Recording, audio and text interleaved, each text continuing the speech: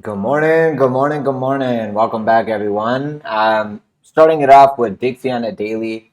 I wasn't gonna make a video today, but I decided to. So let's just start it off and go over a few things. One, Dixie is putting in its resistance as we've been speaking about for the last few days. Over here at the 103.30, we actually got to that 104. We are now looking for a little bit of a pullback. And now, just as we claimed the support of 100, 101, 102, 103, now we're going to be slowly consolidating above here at 103, trying to claim this 104 area and basically have this continuation of this breakout on Dixie to the up end.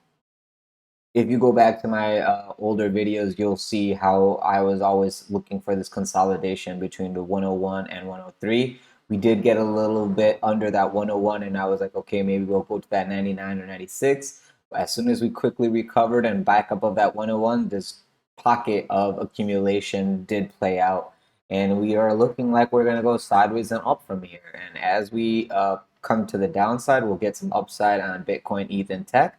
And as we lose this level, we'll get continued upside. But if this level turns into a consolidation zone, moving sideways, and a little bit of chop over here, and then a breakout, well, I mean, then you'll know that hey, we are looking for lower lows into the end of the year. So just be aware of that moving forward. I don't want to get too bearish on your thought process, but basically is that was the gist of what I'm saying is if you go to a weekly on this, I know I got lag. Sorry about that.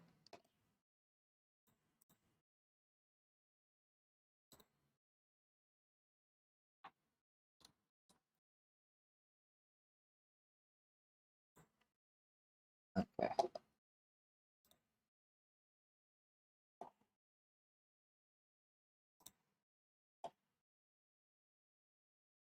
So there's the weekly here. You can see we were putting in a pretty large bull flag. I had this triangle here, hoping that the consolidation was going to sit in that range, but we broke the range, and that's okay. You can redo this pretty quickly. Uh, there you go. So on a weekly, we still have room to get up to this 106 area where I'm looking for the next possible rejection. And I mean, I don't want to say that, hey, the reversal is coming. This close of the week for today is still showing you have room for upside next week. And you can see Dixie can get overbought for pretty long time. And now that BRICS is not going to be dealing with dollars and they want to use your own currency, well, if these countries are using their own currencies, if they don't hold dollar in their reserve, how are they going to basically keep their rate, basically? So I wouldn't think Dixie is going to dump as more and more countries stop using dollar as a means of trade. They're still going to have to keep their pegs. So I don't know. This is going to take some time to see, and we'll see how that plays off. If dollar is actually sold off, we'll see euro gain value, and Dixie is actually more than 56% in euro. So we will see how that plays out. I'm going to get off that topic. Let's go to the daily on Bitcoin, and we're going to quickly go over a few levels. And I am going to turn off my drawings so the members had some fun with me. The drawings now, actually. And see over here on daily on Dixie, it's showing you, hey, we're coming into the top of the RSI. A possible pullback here into that 103.40 is totally okay. And that will give us one nice little leg up on Bitcoin, ETH, and tech stocks into the end of the week. And then next week is the end of the month, next week, Friday. So this is literally the last week of the month coming up. And August is usually like the worst month of the year. And it's kind of playing out in that sense.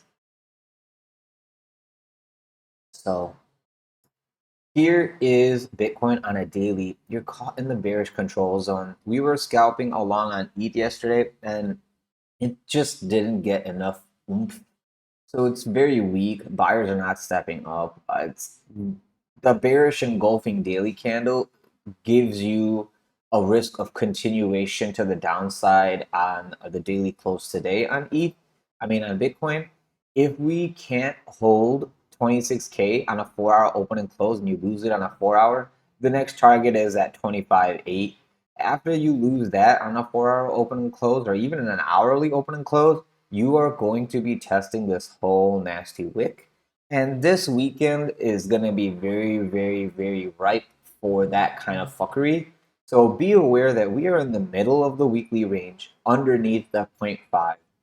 So this is a weak stance. If we go lower, I'll look at a long. If we go higher and can't get above 27,000, I'll be looking for a short on Bitcoin.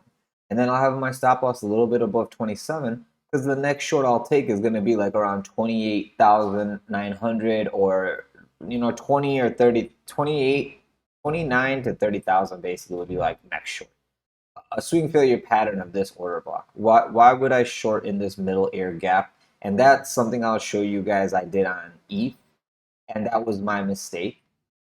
Yesterday, I got in about $10 too early, and I actually stopped out as it reversed. So shame on me.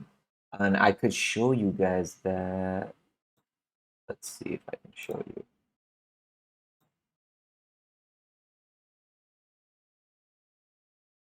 Hmm. Nah, it's okay. I'll do it at another time. I have a screenshot of it. I shared it to you guys on the Discord server. If you're interested in seeing the trading plan I had for ETH yesterday, feel free to join us on the Discord server. The link to the server is in the description of this video below, alongside all the other affiliate services that I use and recommend that helps the channel grow. So thank you so much. Yeah, feel free to look at that chart because all I used was fibs to plan that entire trade out, and it kind of hit perfectly. Just shows you the power of technical analysis using the Fibonacci retracement. We went over Bitcoin. I gave you my ideas and thoughts on this. We're trapped in the bearish control zone, so until we get back above that 0.30 on RSI, it's a big risk taking long scalps in here. And then the only long scalps I'm going to take is near the SF swing failure pattern of this wick down here, or this wick over here near 24,800.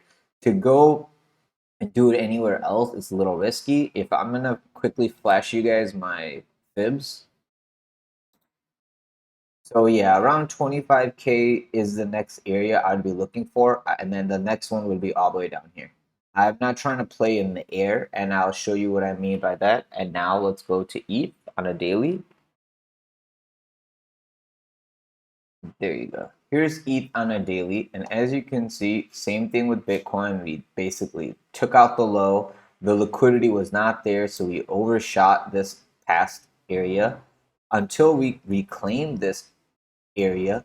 I would not be looking for us to go test back into 1750 to 1800 because I am looking for that short around 1800-ish.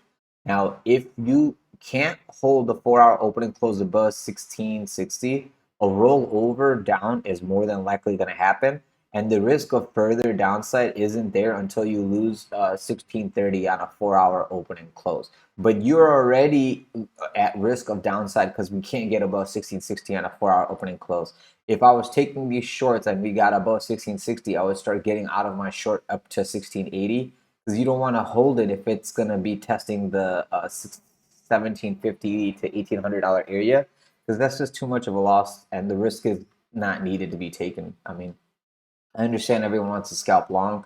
I think you better wait for one more liquidity grab of the downside before you actually get gung ho for the upside. This inefficient wick, I'm just hoping to get tested. Now, if I quickly flash you my fibs, you can see that I was looking for us to come into this level. Sorry, there's a lot of stuff going on in this chart because this is the main one. Let me just zoom in.